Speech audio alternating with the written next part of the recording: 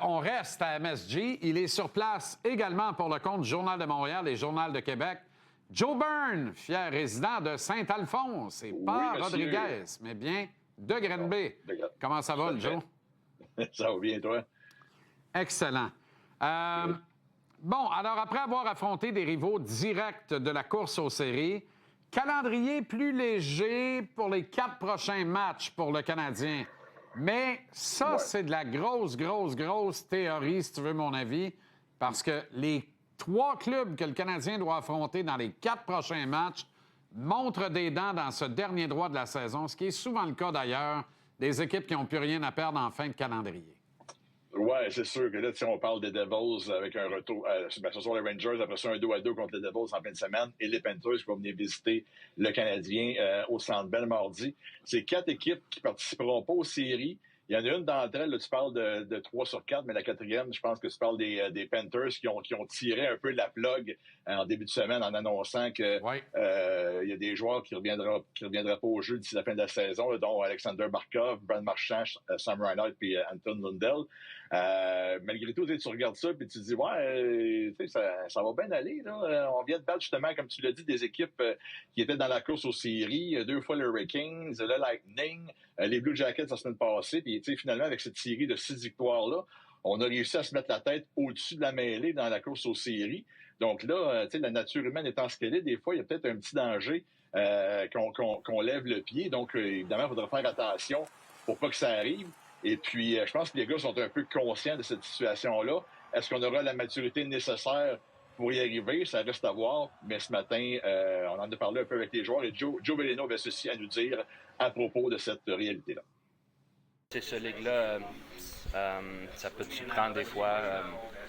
Je pense qu'à tous les jours, tu dois jouer ton meilleur hockey. Tu dois pas prendre des équipes légèrement. Tout le monde est capable de battre tout le monde. Tu l'as vu hier à Vancouver puis Colorado. Un match qui a quand même fini 8-6, mais il faut venir après à jouer au hockey malgré qui tu joues contre.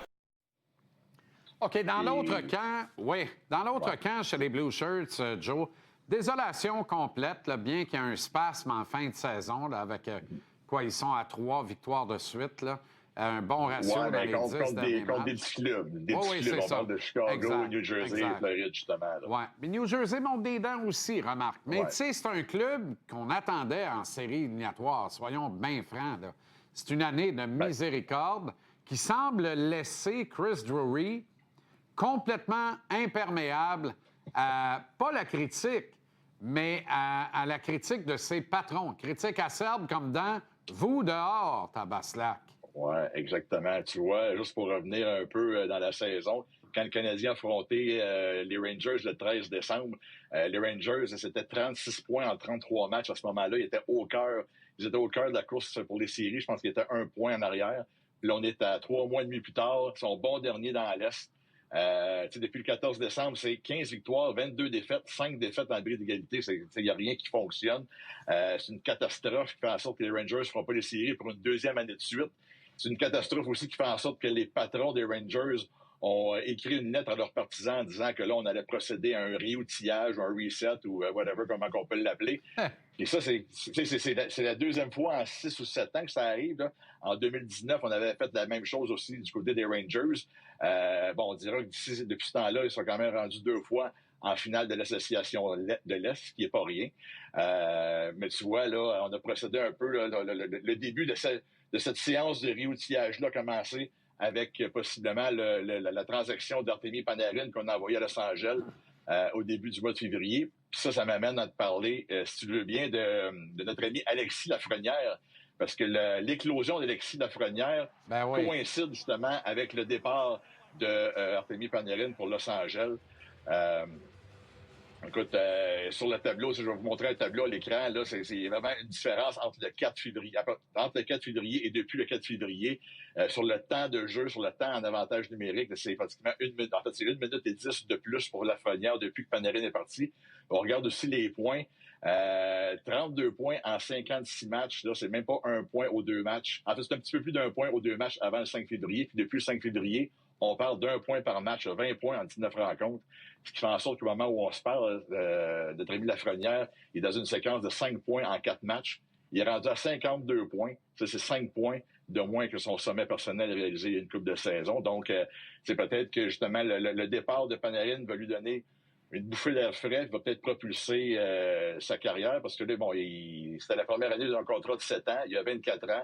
Il reste donc 6 ans à son contrat. C'est de bon augure, je pense, pour la suite des choses pour lui, qui est employé maintenant sur le premier trio avec Mika Zibanejad. Oui, et un certain Gab Perreault qui a choisi une autre avenue que le Québec pour se développer. Que ça donne 2 Frenchies sur la 1 à New York, c'est pas pire. On se console avec ce qu'on peut. Mais ils font le travail tous les deux. Là. Le petit Perreault fait un job, m'a dit une affaire. Il a du hockey dans le nez. Hein? Tellement qu'on l'utilise même sur la deuxième vague de l'avantage numérique là, à la pointe du côté de Mike Sullivan. Donc, on fait beaucoup confiance au jeune Perreault qui aussi, bon, sa première saison. En fait, il a été rappelé là, à la mi-décembre, là, mais qui montre de belles choses là, pour cette première saison dans la Ligue nationale. OK, mon Joe, merci infiniment. Excellente soirée à Madison Square Garden. Et à très bientôt. On te lit pour le résumé complet et autres commentaires. Journal de Montréal et Journal de Québec. Merci beaucoup. Salut Joe.